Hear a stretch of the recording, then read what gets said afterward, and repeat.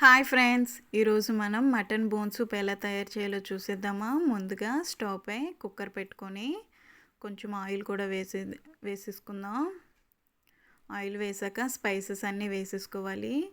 లవంగి, ఇలాచి, దాల్చిన చెక్క, బిర్యానీ ఆకు, మిరియాలు కొంచెం ఎక్కువగా వేసుకోవాలి. వేసుకున్నాక స్పైసెస్ వేగాక పచ్చిమిర్చి, ఆనియన్స్ చిన్న చిన్న పీసెస్గా కట్ చేసుకొని వేసుకోవాలి. ఆనియన్స్, స్పైసెస్ అన్నీ బాగా వేగాలి. ఆనియన్స్ అయితే బాగా వేగాలి. కొంచెం గోల్డెన్ కలర్ వస్తే సరిపోతుంది. ఆనియన్స్ అయితే కొంచెం కరివేపాకు,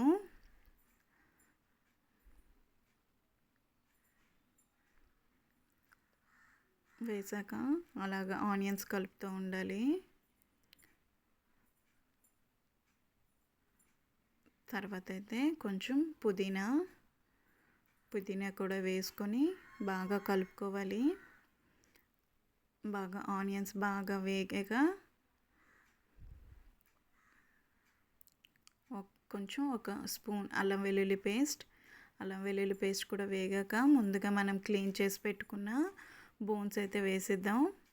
బోన్స్ వేసి బాగా కలుపుకున్న తర్వాత కొంచెం సాల్ట్, కొంచెం పసుపు, కొంచెం కారం, కొంచెం ధనియాల పొడి వేసి బాగా కలుపుకోవాలి. బోన్స్ పోపులో ఎంత బాగా వేగితే అంత బాగుంటుంది. స్మెల్ రాకుండా ఉంటే కదా మనం బోన్ సూప్ తాగలం. కొంచెం కొత్తిమీర కూడా వేసి బాగా కలుపుకోవాలి.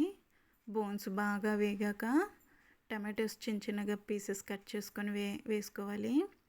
టమాటో వేసాక కొంచెం మటన్